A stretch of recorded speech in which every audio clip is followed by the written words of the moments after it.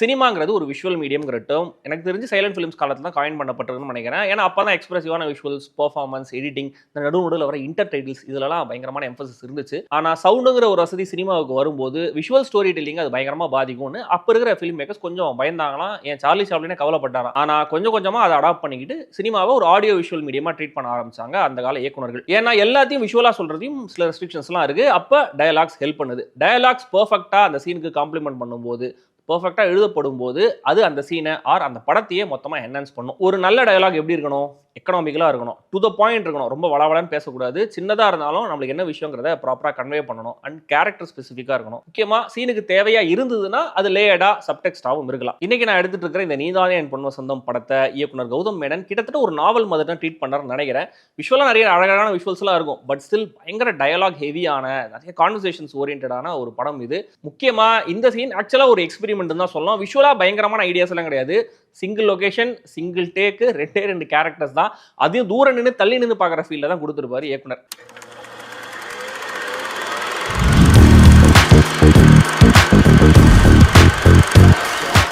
இந்த சீனுக்கான லீட் என்ன? வருண், நித்யான 2 பேருடைய ரொமான்டிக் ரிலேஷன்ஷிப்பை பற்றி சொல்கிறது தான் இந்த படம். அவங்களோட சின்ன வயசுலேருந்து அவங்க அப்பார்ட்மெண்ட்டில், ஸ்கூலில், தென் காலேஜ் டைமில், தென் காலேஜ் முடிச்சதுக்கு அப்புறம்னு வெவ்வேறு ஃபேஸஸில் ஆன் அண்ட் ஆஃப் இருக்கிற இவங்களுடைய இந்த ரிலேஷன்ஷிப்பை ட்ராக் பண்ணுற படம் தான் இது. ஆன் அண்ட் ஆஃப்னா ரொம்ப கேஷுவலான ரிலேஷன்ஷிப்லாம் கிடையாது. இவங்க லவ் பண்ணால் பயங்கர இன்டென்ஸாக லவ் பண்ணுவாங்க. சண்டை போட்டாலும் பயங்கர இன்டென்ஸாக ஒருத்தர் பயங்கரமாக திட்டிட்டு ப்ளேம் பண்ணிட்டு அதுக்கப்புறமா பிரிஞ்சிருவாங்க. இப்படியான ஒரு ரிலேஷன்ஷிப்பில் ஒரு முக்கியமான எமோஷனல் டேர்னிங் பாயிண்ட் தான் இந்த இன்டர்வல் சீன். ஆல்ரெடி ஸ்கூல் டைமில் பிரேக்கப் ஆகிட்டு திரும்பி காலேஜ் டைமில் இவங்க ரீகனெக்ட் பண்ணி லவ் பண்ண ஆரம்பிச்சிருப்பாங்க. வருண் இன்ஜினியரிங் ஃபைனல் இயர் படிச்சுட்டு இருப்பாரு. அடுத்து என்ன அப்படிங்கிற மாதிரி ஒரு கட்டம். பட் ஒரு வீட்டில் பெரிய ப்ரெஷர் கிடையாது. ஆனால் ஒரு பாயிண்ட்ல வீட்டில் இருக்கிற சுச்சுவேஷன் அவர் ரியலைஸ் பண்ணிட்டு சரி அடுத்த கட்டத்துக்கு நம்ம போயாகணும், நம்ம ப்ராப்பராக சீரியஸாக படிச்சாதான் நம்ம கேரியர் பில்ட் பண்ண முடியும், ஸோ ஃபேமிலியை ஹெல்ப் பண்ண முடியும் அப்படிங்கிறத ரியலைஸ் பண்ணிட்டு எம்பிஏ என்ட்ரன்ஸ்க்காக ரெடியாக ஆரம்பிக்கிறாரு. இந்த பக்கம் நித்யா பிஏ சைக்காலஜி முடிக்கிறாங்க. அவங்க 3 வருஷத்துல முடிச்சிடறாங்க. ஸோ வருணோடைய அந்த எக்ஸ்ட்ரா 1 இயர் இருக்குல்ல இன்ஜினியரிங்ல, ஸோ அதில் அவங்க கூடவே ட்ராவல் பண்ணுறாங்க. கிட்டத்தட்ட அப்சஷனில் வர நிக்கி மாதிரி இருக்காங்க நம்ம நித்யா. பயங்கரமாக வரும் கூடவே டைம் ஸ்பெண்ட் பண்ணுறது, அவர் கூடவே இருக்கணுன்றது, எங்கே போனாலும் அவர் கூடவே போகிறதுன்ற மாதிரி தான் பிஹேவ் பண்ணிட்டு இருக்காங்க. ஸோ டெக்னிக்கலி ஆக்சுவலாக அந்த 1 வருஷம் அவங்க வேஸ்ட் தான் பண்ணுறாங்க. வருண் கேரக்டர் ரொம்ப இன்டென்ஸாக என்ட்ரன்ஸுக்கு ப்ரிப்பேர் ஆக ஆரம்பிக்கிறாரு. அதனால இவங்க 2 பேர் ஸ்பெண்ட் பண்ணுற டைம் கொஞ்சம் கொஞ்சமாக கட் ஆக ஆரம்பிக்குது. இதுலயே இவங்க 2 பேருக்கும் சின்ன சின்ன சண்டைகள்லாம் வர ஆரம்பிக்குது. சக்சஸ்ஃபுல்லா வருண் என்ட்ரன்ஸ் எக்ஸாமை கிளியர் பண்றாரு. ஐஐஎம் கோழிக்கோட்ல அவருக்கு பிளேஸ்மெண்ட்டும் கிடைக்குது. ஸோ அங்கே நான் போறேன், அங்கே போய் படிக்க போறேன் அப்படின்றத சொல்றதுக்காக நித்யாவை அவர் மீட் பண்றாரு. இங்கே தான் சீன் ஆரம்பமாகுது. 2 பேருடைய usual hang out spot Varun வீட்டு மொட்டை மாடியில் 2 பேரும் மீட் பண்றாங்க. வருண் ரொம்ப சந்தோஷமா நான் பாஸ் ஆயிட்டேன், நான் பாஸ் ஆயிட்டேன் அப்படின்ற மாதிரி ரொம்ப சந்தோஷமா விஷயத்த சொல்றாரு. இவங்க ஹாப்பியா அதை ரிசீவ் பண்றாங்க. நீ பண்ணுவேன்னு எனக்கு தெரியுன்ற மாதிரிலாம் ரிசீவ் பண்றாங்க. ஆனா நான் கோழிக்கோட்டில் போய் அங்கே தங்கி தான் படிக்க போகிறேன், ஹாஸ்டலில் தங்கி தான் படிக்க போகிறேன் அப்படின்னு வரும்னு சொல்லும்போது டக்குன்னு ஆஃப் ஆகிறாங்க நித்யா. ஆனால் டக்குன்னு கொஞ்சம் சமாளிச்சுக்கிட்டு சரி நானும் கோழிக்கோடு வரேன், நம்ம 2 பேரும் சேர்ந்து ஒன்றா வீடு எடுத்து தங்கலாம் அப்படின்லாம் சொல்கிறாங்க. இதுக்கு வருண் வேணாம் அப்படின்னு சொல்கிறாரு.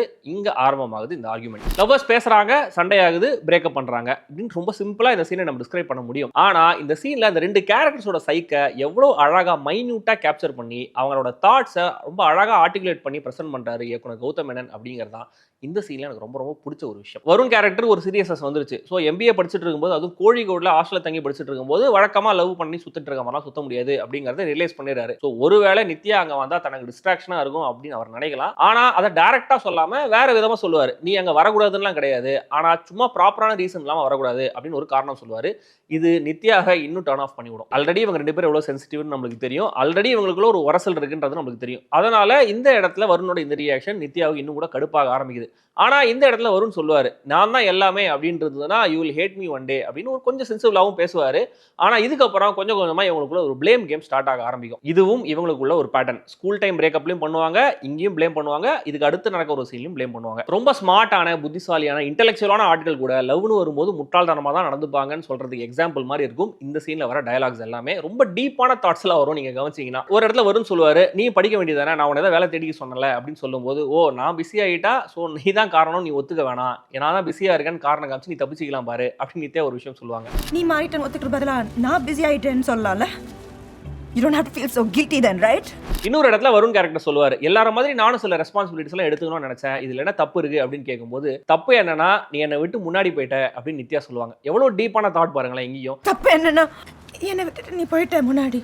ரொம்ப அழகான, அறிவார்ந்த, ஆனால் ஒரு அபத்தமான சண்டை இது. அண்ட் எக்கனாமிக்கலி இவங்க 2 பேரோட பேக்ரவுண்டை பார்க்கும்போது வருண் ஒரு மிடில் கிளாஸ், நித்யா பயங்கர வெல் ஆஃப் ஃபேமிலி. இதனால வருணுக்கு வந்து கான்ஸ்டன்ட்டாக ஒரு இன்ஃபீரியாரிட்டி காம்ப்ளெக்ஸ் இந்த ரிலேஷன்ஷிப்ல இருந்துட்டே இருக்கும். அது இந்த படம் முழுக்க நிறைய இடங்கள் எக்ஸ்பிரஸ் பண்ணிட்டே இருப்பாரு. இந்த சீன்லயும் அதை சொல்லுவார். ஒரு பாயிண்ட்ல உனக்கு என்ன, உனக்கு ஒன்றும் பிரச்சனை கிடையாது, you are lucky to have such parents, அப்படி ஒரு ஃபேமிலி இருக்கிறது உனக்கு ஜாலி, நீ என்ன வேணா நினைச்சதை பண்ணலாம் அப்படின்லாம் சொல்லும்போது அதையும் நித்யா பயங்கர அஃபென்சிவா எடுத்துப்பாங்க. நித்யாவுக்கு டக்குனு கோவம் வந்து, என்ன அறிவு இல்லாத ஒரு லூசு பொண்ணு நினைச்சியா, என்னை இன்சல்ட் பண்ணாத, தேங்க்யூ அப்படின்லாம் பேசிடுவாங்க. பரவாயில்ல ரொம்ப ஷார்ப்பா பேசுறாங்களே நினைச்சிட்டே இருக்கும்போது அடுத்த லைன்லயே சில்லியான ஒரு ஆர்குமெண்ட்டை பேசுவாங்க.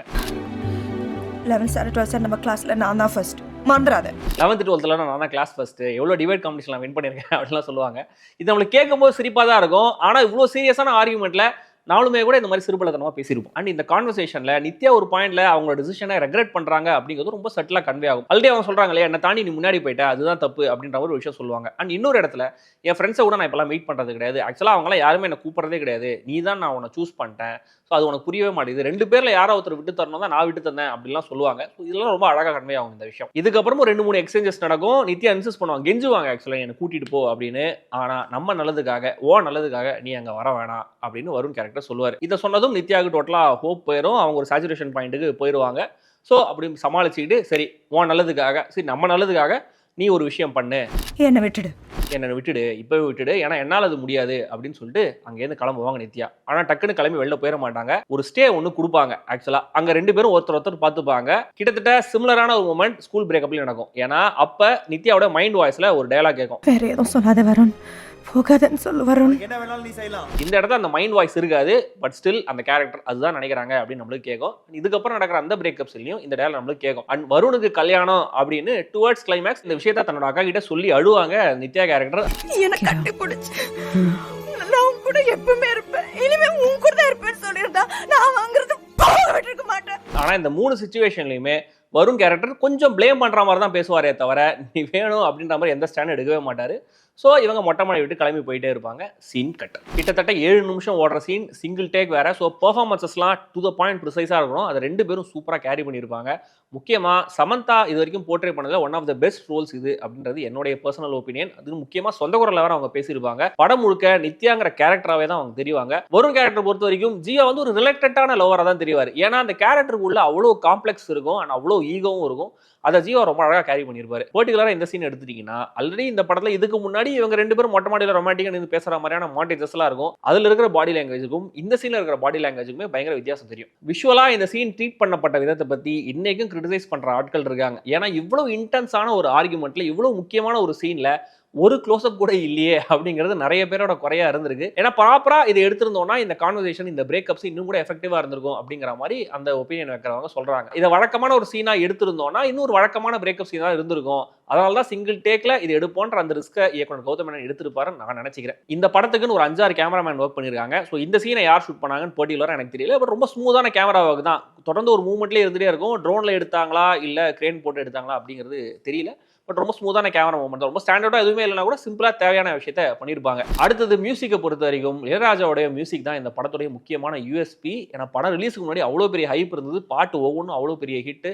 தனியாக அதுக்குன்னு ஒரு கான்செப்ட்லாம் ரெடி பண்ணி பெரிய ஆர்கெஸ்ட்ராலாம் கூட்டு வந்தால் பண்ணாங்க. அதெல்லாம் நீங்கள் ப்ரோக்ராம்லாம் ஜெயாடிகள் பார்த்துருப்பீங்க. பாடல்கள் எல்லாமே இப்போ கேட்டாலும் நல்லா இருக்கும். இப்போ என்னுடைய பிளேலிஸ்ட்டில் இருக்குது. இந்த சீனை பொறுத்த வரைக்கும் ஆரம்பத்தில் மியூசிக் கொஞ்சம் இன்விசிபிளாக தான் இருக்கும். இருக்கிற இடமே தெரியாமல் தான் இருக்கும். ஒன்ஸ் இவங்களுக்குள்ள இந்த ஆர்குமெண்ட் ஸ்டார்ட் ஆக ஆரம்பிக்கும் போது தான் மியூசிக் இருக்கிறதே நம்மளுக்கு தெரியும். இந்த முதல் முறை பார்த்த ஞாபகம் பாட்டுருக்கே அதோடைய மெலடியை பேக்ரவுண்டில் வாசிக்க ஆரம்பிப்பார் ராஜா. ஆனால் பர்சனலாக என்ன கேட்டிங்கன்னா இந்த சீனுக்கு எனக்கு மியூசிக்கே தேவைப்படலை. இந்த மொத்த சீனும் ஆர்குமெண்ட்டும் முடிஞ்சதுக்கு அப்புறம் கடைசியில் அவங்க பிரேக்கப் பண்ணி வெளில போகும்போது முதல் முறை பார்த்த ஞாபகம் பாட்டு வருது இல்லையா, அது கரெக்டாக அங்கே வந்துருந்ததுன்னா நச்சுன்னு இருந்திருக்கும்னு நான் நினச்சேன். அண்ட் இந்த சீனில் ரொம்ப ரொம்ப கஷ்டமான வேலை யாரோடது அப்படின்னு பார்த்தீங்கன்னா எடிட்டரோட தான். ஏன்னா கட் பண்ண முடியாத அவரால் அவர் கை துருதுருன்னு நினைக்கிறேன். எப்படியாவது கொஞ்சம் எங்கேயாவது க்ளோஸ்அப் வரும், கட் பண்ணி போயிடலாம்னு நினச்சிருப்பாருன்னு நினைக்கிறேன். ஆனால் நான் க்ளோஸ்அப்பே ஷூட் பண்ணல அப்படின்னு அவர்கிட்ட ஃபன் பண்ணியிருப்பாரு கௌதம் மேனன். விஷுவலாக இந்த சீன் பயங்கர சினிமேட்டிக்கான சீன் அப்படின்லாம் சொல்ல முடியாது. ஆனால் ரைட்டிங், பர்ஃபார்மன்ஸஸ் இந்த 2 விஷயத்தில் தான் இந்த சீன் ஒர்க் ஆகுது. எனக்கு அப்படி தான் ஒர்க் ஆச்சு. ரொம்ப பர்சனலான ஒரு லவ் ஸ்டோரியில் லவ், ஈகோ, ஹர்ட்னு எல்லாத்தையுமே எவ்வளோ நுவான்ஸ்டாக டயலாக்ஸில் கொண்டு வர முடியும் அப்படிங்கிறத காட்டியிருப்பாங்க படத்தோட ரைட்டர்ஸ் கௌதம் மேனனும் ரேஷ்மாவும். அன்னைக்கு நான் உங்களுக்கு ஒரு ஹோம்ஒர்க்கும் கொடுக்குறேன். இந்த சீனில் ஒரு சின்ன டயலாக் ஒன்று வரும். அந்த டயலாகுக்கும் விண்ணை தாண்டி வருவாயா படத்தில் ஒரு குரூஷியலான மொமெண்ட்டில் வர டயலாகுக்கும் ஒரு சின்ன சிமிலாரிட்டி இருக்குது. அது என்னங்கிறத கண்டுபிடிச்சிங்கன்னா கமெண்ட்டில் சொல்லுங்கள். நம்ம அடுத்த எபிசோடில் சந்திக்கலாம்.